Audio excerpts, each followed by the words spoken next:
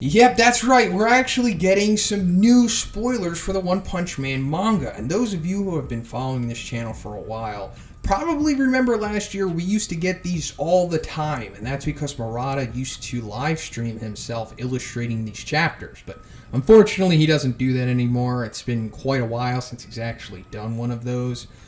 But recently, Murata has tweeted some stuff giving us major insights into what is basically going to happen in the new chapter, which is chapter 106/148. He also tweeted the release date of this chapter, or should I say the alleged release date. So it's going to be coming out this Friday, April the 5th. So it's about 2 weeks in between the last chapter. So this is kind of part of the course. It's either going to be like monthly for these chapters or bi-weekly typically. It's really how Murata feels. So yesterday, Murata tweeted essentially an ad for the new One Punch Man Volume 19 that's going to be released in Japan on April 4th. And this volume is probably going to include chapters 91, 92, and 93. So that's a pretty significant volume to own, since those are some of the best chapters in the series, in my opinion. 92 is my personal favorite. But anyway, next to this copy sample of the volume that he received, we see a panel that he is working on for the upcoming chapter 106/148. And we see none other than Darkshine in this panel. So that means the Darkshine is likely going to be in this chapter. So I don't know if the chapter is going to fully revolve around Darkshine, considering that we have like a few storylines currently going on. So, of course, I mean, we've got all of the other untouched storylines with all of the other Strike Team members, like Flashy Flash, Zombie Man, Child Emperor, but the current unresolved storylines, I'll say, that are currently going on is, of course, what we saw in Chapter 105 with Puri Puri Prisoner in Nian. And then, of course, before that in Chapter 104, we still have the ongoing fight between the three disciples of Atomic Samurai, E-Iron, Bushido, and Okama Itachi, taking on Devil Longhair. So this is probably just going to be like a jumbled chapter, possibly. Like, maybe it'll touch on some of the other stuff, and then maybe it'll go to Darkshine. Or it could be like Chapter 105, and it just straight up cuts off the other storylines, and we just fully focus on what Darkshine is doing. And then maybe they're just going to combine all of the climaxes, essentially, to these storylines in like a follow-up chapter. So let's talk about what Darkshine could possibly be doing in this chapter. And just let me put a fair warning to anyone out there who is manga only, or maybe even anime only. Be careful with the comment section of this video, because we do know what happens with Darkshine in the webcomic, and it's likely going to happen again in the manga. But of course, I'm not going to spoil anything, but I'm just saying, just be careful of the comments in this video. So in this panel that we see, and you can check this out on Murata's Twitter, I've had his handle in this video, but it's at Nebu_Kuro. Just check out his tweets and you will see what I'm talking about here. So Darkshine kind of looks uncharacteristically of himself. Like, usually he's chipper, happy, or just nonchalant in some way. But in this panel, we see he's kind of angry almost. Like, this is not typical of Darkshine. So this likely means that he is in fact in a fight in this chapter. But we could kind of expect that, considering that's mainly what's been happening so far. S-Class heroes go down there and they run into a demon, and they have either a good fight with him and he turns out to be a dragon, or they just completely annihilate the demon. So let's go over the list of potential candidates that Darkshine could be encountering in this chapter. So there's not really many demons left for him to take on, if he is taking on a demon, that is. So pretty much everyone is dead at this point, except for Devil Longhair, who we just talked about is already taking on Atomic Samurai's disciple, so he's likely not taking him on. And then, of course, we have G5. We can't forget about him. Last time we saw him, I think it was chapter 98, when Child Emperor ran away from him, and G5 was essentially taking on the Cerberus robot guy that he made from the three underdogs combining. And that likely wasn't the end of G5. I highly doubt that dog was enough to take him down. So G5 is still out there. He's still in the Monster Association. And then there's still that huge plot line that I always talk about regarding him. And then the other demon that we have left is Bug God.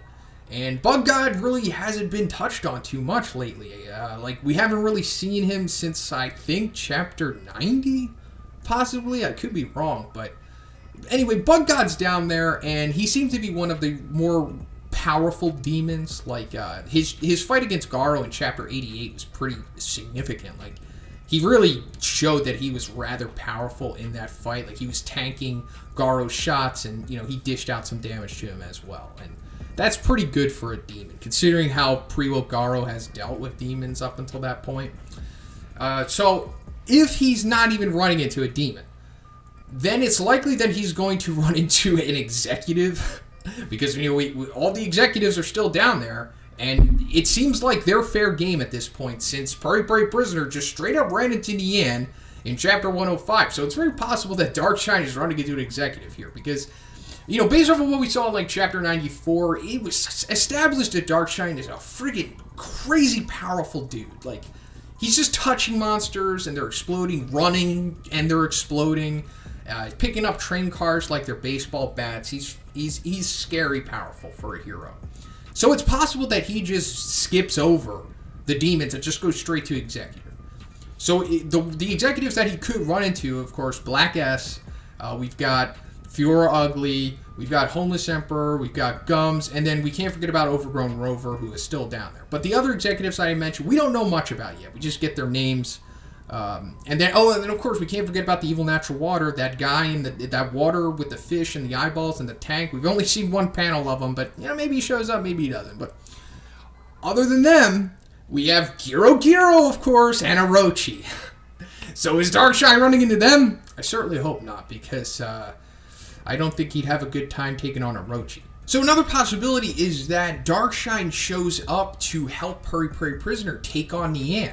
I think that's a possibility, because these two, they're friends. They have somewhat of a camaraderie, more so than the other S-Class heroes do. And we know that Nian's a friggin' executive, and it's a huge test. Just a task in general for someone like Puri Puri Prisoner to be expected to take this guy down by himself. And we really haven't seen any of the heroes team up so far, at least from what I remember, to take on any of these guys in the Monster Association currently in this arc.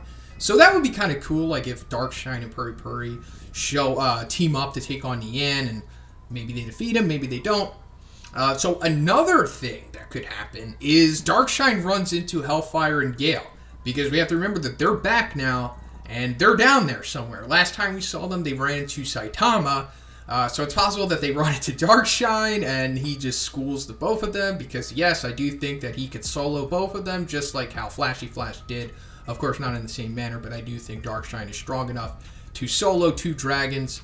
If they can still become dragons, which I think that they can. And to all the hardcores out there who are saying, we already know what's going to happen, Shonen, why are you saying this? Honestly, it's yeah, sure, we know what's going to happen in the webcomic, but we also have to remember that so much has drastically changed in the manga at this point. And pretty much anything can happen, or anything can change. So I'm just kind of trying to put out all the possibilities out there, because, Puri Puri Prisoner's current storyline, none of that happens in the manga. So many other things that have already happened in this arc don't happen in the manga at all, so it's possible that Darkshine's storyline changes too. But if we're realistically looking at this, Darkshine is likely going to fight a non-executive, I'll say, because he still hasn't really established how powerful he is yet. Like I said, we saw that he was insanely powerful in chapter 94, and then the only really other feats that we get before that is when he's in the Hero Association after that parasite monster, Tracleodolium, whatever his name was, when he essentially possesses that one random worker from the Hero Association, and he essentially gives them the message from Giro when he's holding that eyeball. And then Darkshine just claps the monster and throws the human body against the wall. That's literally the only feats other than chapter 94 that we get from Darkshine. So we, the manga readers, don't know what this guy's fully capable of yet. We don't even know what his fighting style is. So I think it would be fair, and I certainly hope that they give Darkshine like an appetizer or a warm-up fight. You know, just something to show us that the hype is justified around Darkshine. Like, I think we need a chapter for him, similar to how we got Chapter 101 with Zombie Man. Because before that chapter, we knew really nothing about Zombie Man. We just know he's an S-Class hero, he's allegedly immortal, and that's pretty much it. But 101 showed us exactly what it was all about. Got all of us on board for his Stan train. I know I'm a stan of his now. He's my favorite S-Class hero after that chapter. So let us get something like that for Darkshine, you know? Why not? So that's pretty much it for the video today, guys. Let me know what you think about all of this. And remember, I said tread carefully in these comments because, you know, these are shark-infested waters around here, so just be careful. And if you like the video, please give it a like. I also have a Patreon. It gives you access to a Discord and a Q&A video that I do on this channel every week. And if you haven't already, please subscribe as well. Have a great day, everyone, and I'll see you in the next one.